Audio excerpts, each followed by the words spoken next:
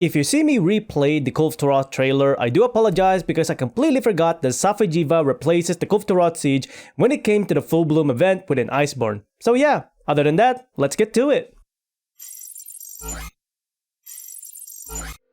Hey everyone, CornopinoyX here once again, back with another video for Monster Hunter World Iceborne.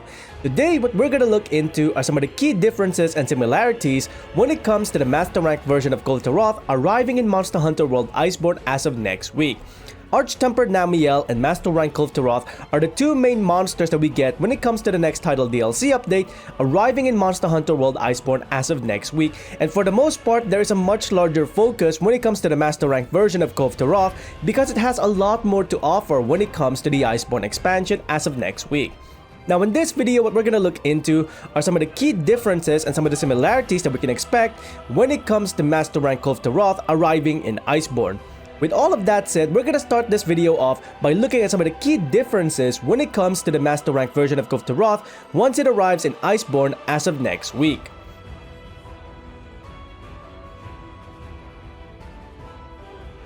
So a lot of the major changes that we can expect when it comes to this monster, first and foremost, is the fact that this is no longer a siege monster but rather an event quest monster, meaning that a lot of the siege characteristics that we had back in the base game is pretty much gone, including the entirety of the first phase. We simply go through the second phase instantly and fight the monster, which is going to be super awesome because we no longer have to worry about reward levels, pursuit levels, or anything of the like. This also means that Master Rank Kulve Taroth will not run away in the middle of the hunt. It will just stay there until either the timer runs out, we slay the monster, or we faint 3 times. So overall, that is one of the major changes that we can expect when it comes to the Master Rank version of Kulve Taroth transitioning in Iceborne. Alongside this, we can also expect a Master Rank monster to have some new attack moves when it comes to Iceborne. We already saw one of the new attack moves when it comes to Master Rank Kulve Taroth during the final phase, where it causes the entire caverns to collapse over the players' heads, but for the most part, we can also expect at least one more new attack move when it comes to this monster before the final phase of the hunt. So do expect those new attack moves to be applicable when it comes to the Master Rank version of Kulve Taroth arriving in Iceborne. Finally, when it comes to any other major changes, we can expect that on the equipment side of things. All high-rank weapons can now be upgraded into their Master Rank version, and alongside this, we also have the Master Rank armor set to look forward to when it comes to Master Rank Kulve Taroth arriving in Iceborne as of next week. So those are going to be the major changes that we can expect when it comes to Master Rank Kulve Taroth arriving in Iceborne. There might be some other subtle ones that Capcom hasn't mentioned as of yet, but for the most part, those 3 are going to be the major changes that we can expect when it comes to the Kulve Taroth and the Master Rank difficulty within Monster Hunter World Iceborne.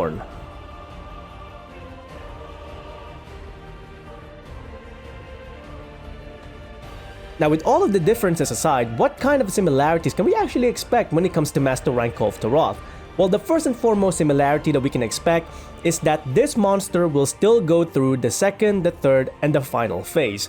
The first phase is completely omitted because we no longer have to go through the siege requirements, but second, third, and final phase are still gonna be there when it comes to the Master Rank version of Kulve Taroth. So do expect that to happen when it comes to the event quest.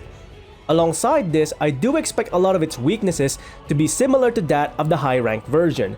This means that if you know the weaknesses of high rank Kulve Taroth, those should still apply to the Master Rank version. Of course, adjusting your equipment to be Master Rank equipment if you're gonna take on the Master Rank version of this particular monster. And of course, alongside the weaknesses, I do expect Master Rank Kulve Taroth to still have the mantle mechanic when it comes to this particular event quest. What I mean by the mantle mechanic is that when it still has the golden mantle, it will either go through the hardened state of its mantle or the softened molten state of its mantle. The softened state is the one that you deal the most damage when it comes to this monster in comparison to the hardened state if you're using something along the lines of a melee weapon. So do expect that to be similar in comparison to the high rank version when you're hunting down the Master Rank version of Kulve Taroth as the event quest. And when it comes to these kinds of monsters, one of the main things that I do expect from it is that breaking more body parts will net us more rewards at the end of each hunt. Now for this particular case scenario, I do expect Master Rank Kulve Taroth to give us more rewards when we break more body parts, similar to the siege that we had back in the high rank. Having said that though, it's no longer mandatory to actually break the body parts when it comes to this monster because again, we're no longer having to go through the siege requirements. So if you want to break more body parts, feel free to do so, but it's no longer mandatory because we are going to be going through an event quest rather than a siege quest when it comes to Master Rank Kulve Taroth within the Iceborne expansion. Now that is pretty much it for this video, covering what we can expect when it comes to the similarities and differences when it comes to the Master Rank version of Kulve Taroth within Monster Hunter World Iceborne. Once again, there might be some other subtle differences that Capcom will add in order to make the Master Rank version of the monster more interesting, and there might be some similarities that I completely missed out because we don't have the full information when it comes to this monster arriving as a Master Rank creature within the Iceborne expansion. So overall, these are going to be the major similarities and differences, with some other subtle ones along the way once we actually start hunting the monster within Monster Hunter World Iceborne.